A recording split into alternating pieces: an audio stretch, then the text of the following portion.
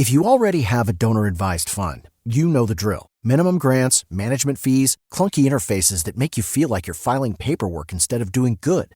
GoFundMe Giving Funds is built differently. Zero AUM fees, no minimum grant requirements, contribute cash, appreciated stock, or ETFs. Get the immediate tax deduction receipt, avoid capital gains, and grant on your own timeline. No one's telling you when or how much. Your fund is invested and growing until you're ready to give. And when you are, you can grant to your favorite nonprofits. Already have a donor-advised fund? Transfer it over. We'll cover the Daft Pay transfer fees. And here's what's unique. GoFundMe Giving Funds lets you grant directly to GoFundMe.org, getting cash to people in crisis fast. Backed by the #1 giving platform, investments held securely through Vanguard. Start your giving fund today at GoFundMe.com/giving. That's GoFundMe.com/giving. GoFundMe.com/giving. Tax benefits depend on individual circumstances. Consult your tax advisor. Welcome to Car Con Carne. I'm James Van Osdel, and this is going to be a good one. Before we get to my guest for this episode, Car Con Carne is presented by Alex Ross Art. Alex Ross, the legendary comic book, graphic novel, illustrator, and painter. And here's Alex talking about his YouTube channel. Hi, this is Alex Ross. I appreciate you guys supporting our YouTube, and we create new content every week. I hope you will continue to support us, and please subscribe. It's Car Con Carne. Let's eat in the car. It's Car Con Carne. And now here's the star of our show, James Van Osdel.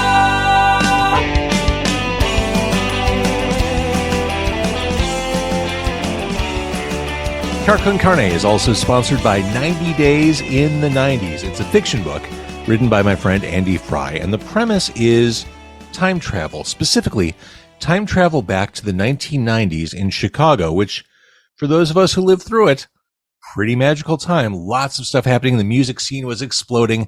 Anyway, Darby owns a record store in Chicago in this book, and she goes back in time. She gets to relive everything. The question is, does she stick around in the 90s or does she come back? What would you do? 90 Days in the 90s. Get it on Amazon or at 90daysinthe90s.com. Car Con Carne also sponsored by Easy Automation, easy-automation.net.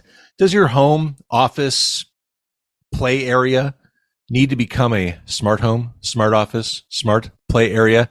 It's time for an upgrade, and my guys at Easy Automation will help you make the leap, get wired and ready to go, and make everything smart. It's time, isn't it? Contact them. They have decades of experience. Easy-automation.net. Or if you're in the Chicago area, city or suburbs, just pick up the phone. Talk to a friendly human voice. 630-730-3728. 630-730-3728. And we are backstage in Tinley Park. The tour, it is Rob Zombie, it's Alice Cooper, it's Ministry, and it's Filter. Yes. Richard and Jonny of Filter are here. Let's start with this tour. Yeah. Because in a world of package tours, this is one with no stinkers. No stinkers. No stinkers allowed. And I'm sure someone's brought up the generational aspect of this before. Out of the singers, I'm the youngest singer. Well, and meaning, I'm 55, so. Meaning Alice begat Rob. Yeah. And I think without Al Jorgensen's influence, Filter might sound I would not have been the man I am today without Ministry. There's no way. So what's it like being on this tour? What's this? Because this seems like a fantasy tour. It's like a dream come true. I mean, it's like I walk off stage and there's Al Jorgensen going, "Good job, brother." You know, like, and then Rob Zombie giving me applause, like, "Yay, good one, Rich." You know, it's just amazing. It's really sweet. Alice Cooper's amazing. Everybody's amazing. You know, the crews are getting along. Everybody's trying really hard. We just all want to have good shows. Everyone's trying really hard to make everybody have a great show. You know, and you can feel the love and support all the way through the show, and it's awesome. Jonny, tell me your thoughts. Same. These bands, obviously, I've seen them all, in the early 90s when I was younger, and, White Zombie and Ministry, of course, and Cooper. But basically to echo Rich, they couldn't be cooler to us and more supportive than they have been. Like every night, coming out early to watch us. We're first of four, and the crowd, we get the crowd engaged, and to walk off stage and see, some of these guys that have been so important in music history just standing there and cheering you on. It's really a surreal feeling, and we're just really happy to be here. Yeah. And Richard, Filter's a headlining band. Mm-hmm. As Jonny said, you're the opening act on this package tour, which means you have to have a really tight, all-killer set. But, the mission kind of is tear people's heads off, so that by the time they get to ministry, they're like, holy shit, how can anything follow that? Well, we have to play our hits, because that was kind of our thing. We got to play, take a picture and stuff. So we give them the feels. Mm-hmm. We give them the soft, sensitive feels, but we play the heavy stuff from the new album, which is The Drowning, For the Beaten, and Obliteration. And then we do the feels with Take a Picture, and then we do Welcome to the Fold and Hey Man, Nice Shot. And it's important to bring the awesomeness to it. You know what I mean? It's important because we have this great new record and we're excited about it, and we don't want to bore everybody with new stuff, but it has to be heard. You know what I mean? It has to be heard. It's so fucking good, and I'm so proud of it. That there was something I wanted to say when you were talking. I can't remember what it was, but I forgot it. But maybe it'll come back to me. Well, the new album is The Algorithm. Yeah. And we are going to talk about that.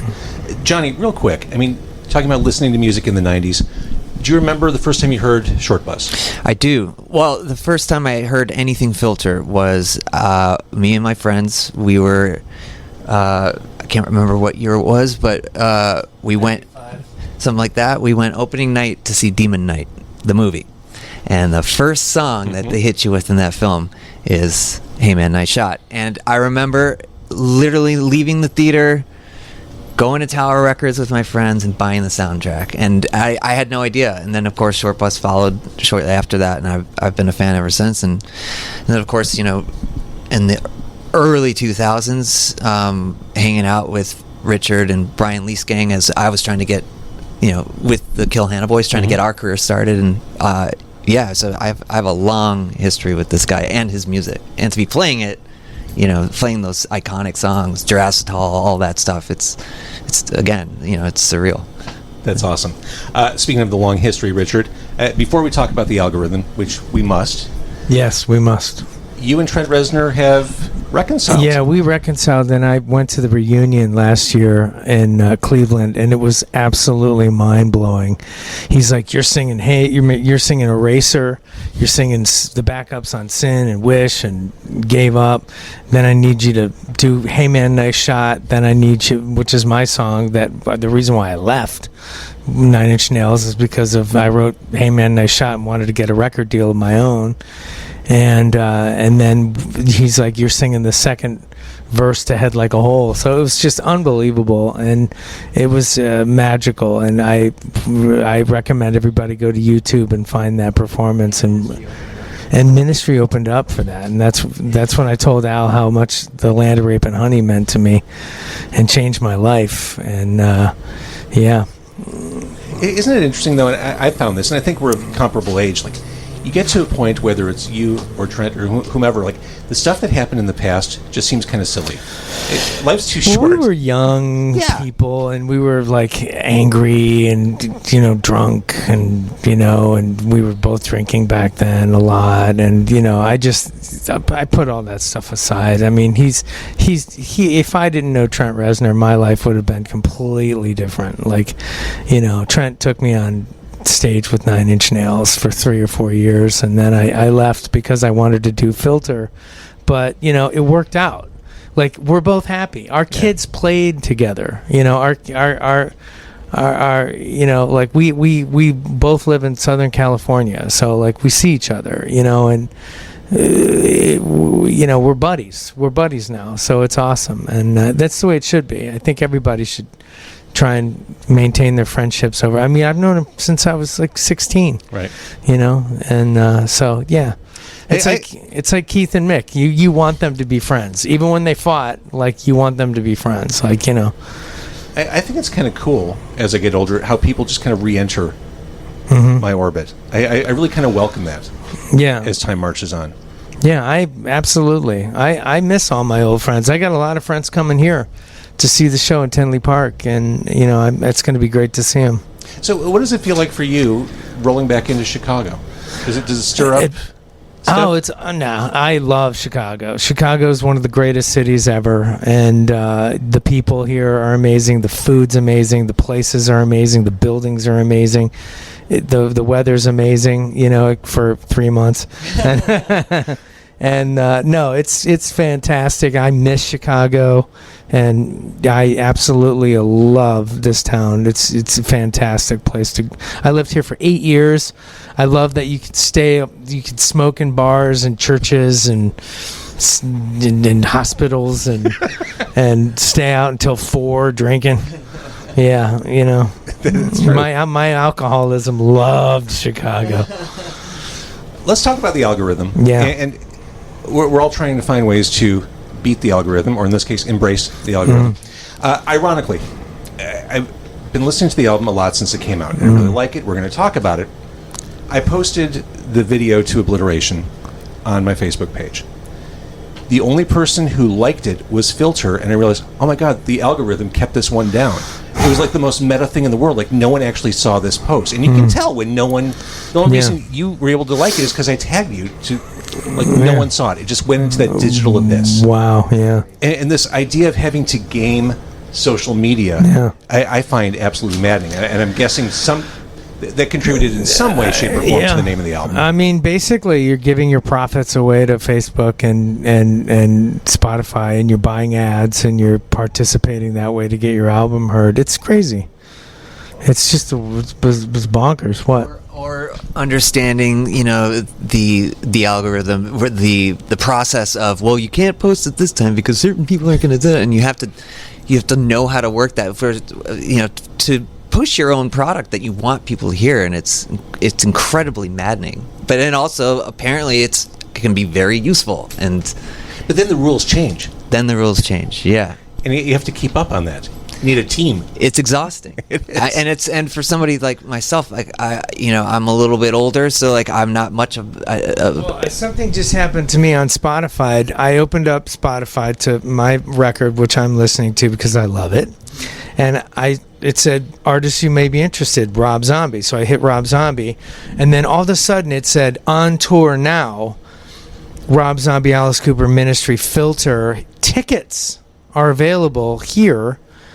And it led me to this whole thing where I could. So I'm like thankful that the algorithm got me that far to like offering me tickets to the show. So I don't know. It's so wild, and this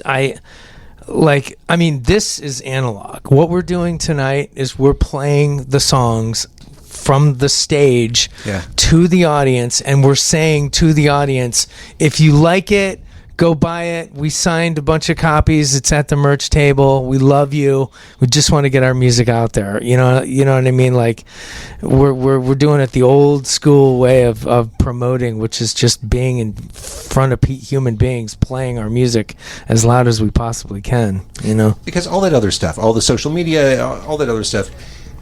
At the end of the day, it's just fun to be in a band with people who inspire you, who make you want to create and get on stage. We walk off stage and there's Al Jorgensen and Rob Zombie and Alice Cooper rooting us on every day. Like, Filter, you were great today, guys. Like, it's just, it's unbelievable.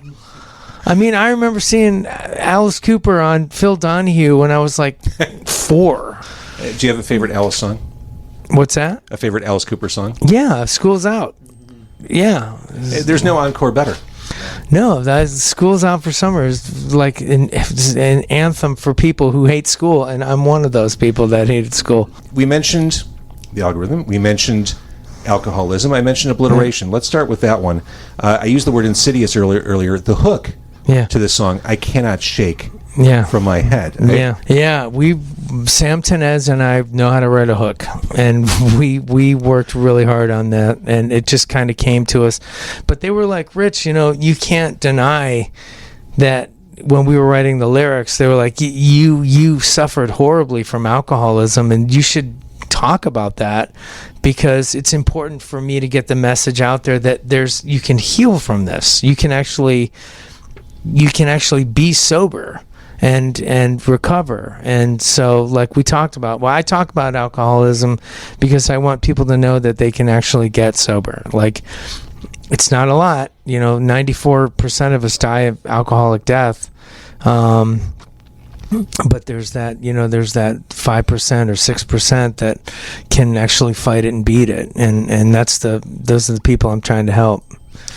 Do you ever reach a point or have thoughts where you're looking at a song like that, or take a picture, or any time where you reference politics where you think, I'm giving too much here, maybe I should be more abstract? No. I mean, I am abstract. This record was all about laying off, but like at the same time saying exactly what I wanted to say. Being a little bit more universal, but saying exactly what I wanted to say. I was talking about, in one of the songs, For the Beaten, I'm talking about how they were protesting in the square, and he wanted a photo op, so he gassed the square right across the street from the White House, and went over to the church with the Bible upside down, and like I mentioned that in the lyrics, and it's just my way of getting back at the man. One thing I like about Filter, I mean, you could have just done a different version of Short Bus or Title Record over and over, and people would have bought it and been interested. I think Filter still manages to subvert expectations, and I think on that song in particular, I think in the first minute, musically and vocally, it went in places I wasn't expecting. Yeah, I stumbled upon a kid playing guitar on Instagram. His name is Zach Monowitz, and I said, dude, I got to sing over whatever you're doing. And it was just spur of the moment. And he responded, okay, I'm Zach Monowitz. I just graduated from Berkeley. Like, how do we do this? And I said, give me and we talked on the phone, and he was like, well, I've got a lot of stuff going on. I'm like, dude, I'm the singer of Filter, like, you know what I mean? And he goes, well, okay. And then he calls me back like the day later. He's like, I'll think about it or something, and he calls me back a day later. He goes, yeah, I just talked to my professor, and he said I'd be a fucking idiot not to work with you. So so I'm like, yeah, we're going to write.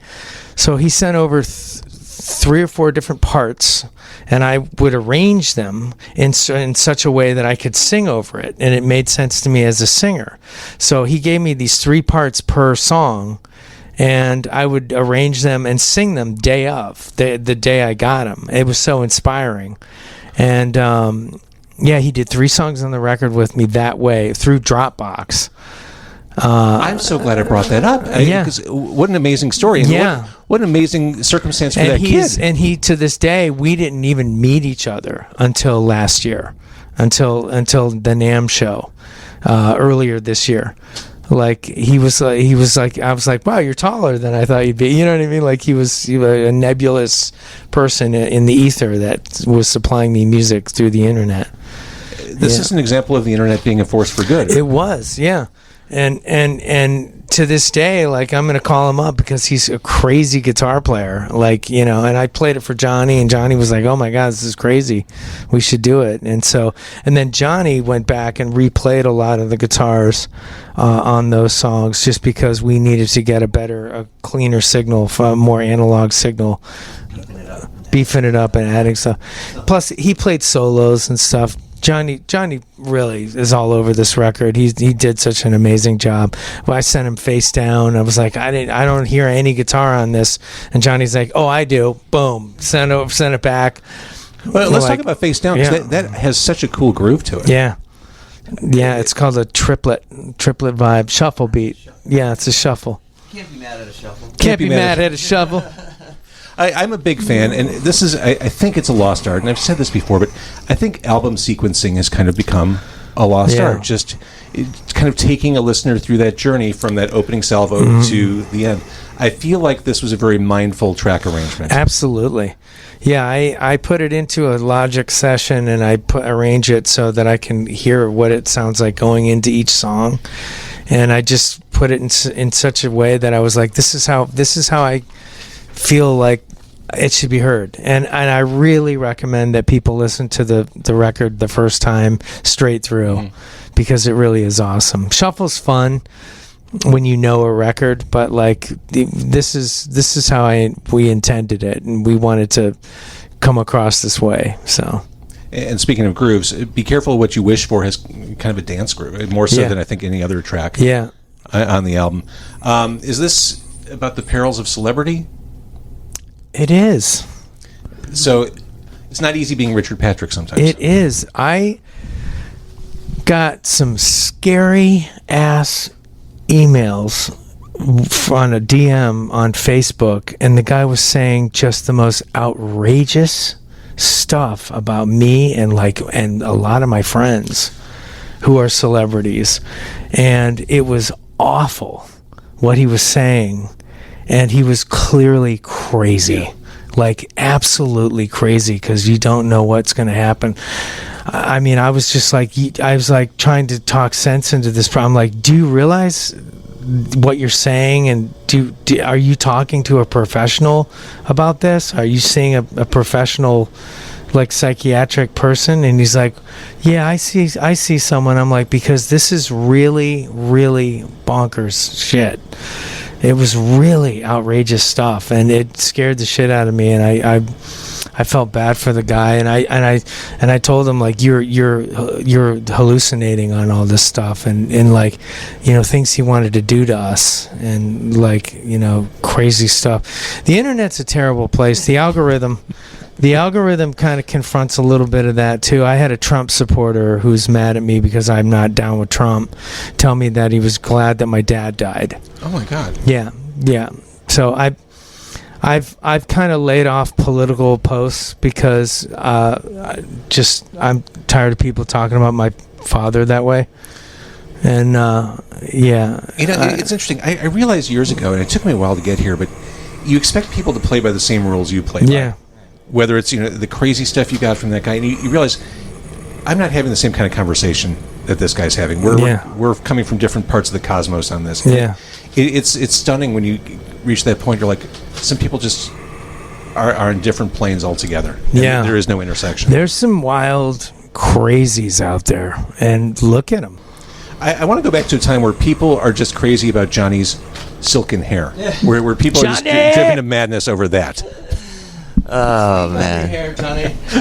I mean, it's taken so many different forms over the years. You know, I think this is the most natural I've had it since I was a kid. But to go back real quick with that, also with everything with social media, now everyone is so accessible, and so because of that, people feel that they can say whatever they want to whomever they want, no matter how outrageous it may be, or positive. I mean, it can work both ways, but it's just, you know, the stuff that that people have sent me. I mean, like, I'll get bashed on Twitter for speaking up and saying something that, you know, and then all of a sudden I've got some of the most horrible shit I've ever seen written about me, and of like how they're going to kill my family and kill me, and it's like, all right, man, like, I don't know if I can participate with this anymore. It didn't used to be like that, but going back to the algorithm, Command Z wraps up the album, and that's why I wanna be high as a motherfucker. Yeah.